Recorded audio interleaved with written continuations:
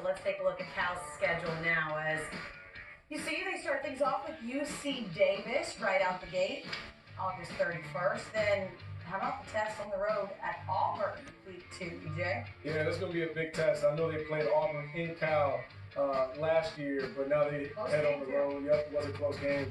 Head out east there.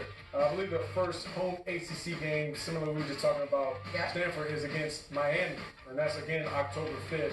So it should give this team at least 4 games, 4 sample sizes to play some ball, have a good feel for who they are, and kind of get their feet wet in the ACC. And Coach, you have at Florida State, that's on a Friday night, and then an open day, and you get Miami, so 2 big brands of football right there for them as well. Well, and then you continue down the line, Pitt, NC State, Oregon State, those are no joke.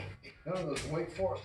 I mean, I think personally, I think their schedule is one of the toughest, if not the toughest in the league, especially when you add what I just mentioned ago, the fact that everybody you play is brand new, so it's a tough start for California, in my opinion. Yeah, you get a lot of the heavy hitters, but you also get an opportunity to come out and prove who you are as a program. True. I mean, they're a solid football team, and I mean, you get Miami and Pitt and NC State. Those are kind of the middle of the road teams that you really want to establish yourself and be like, hey, if we can beat these guys, and maybe we can be the upper echelon in the ACC. So that's a good stretch for them.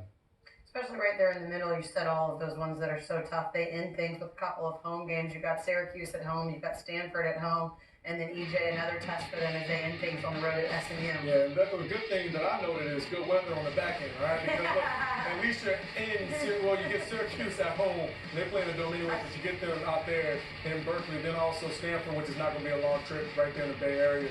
And then you travel over to Dallas and take on SMU, which I believe, Kelsey, will be an annual game. Or it'll be a non-conference game, correct? Yeah, with where they're we noted that as well, exactly. Between Cal, Stanford, and SMU. Yeah, a couple of things that'll be different for them in the future, but looking forward to seeing that. We mentioned some of the travel that these teams are going to make, and obviously there's some good and some tough things that come with that. You take a look at the travel, the long road trips. By the time it's all said and done, each team will travel over 20,000 miles round trip.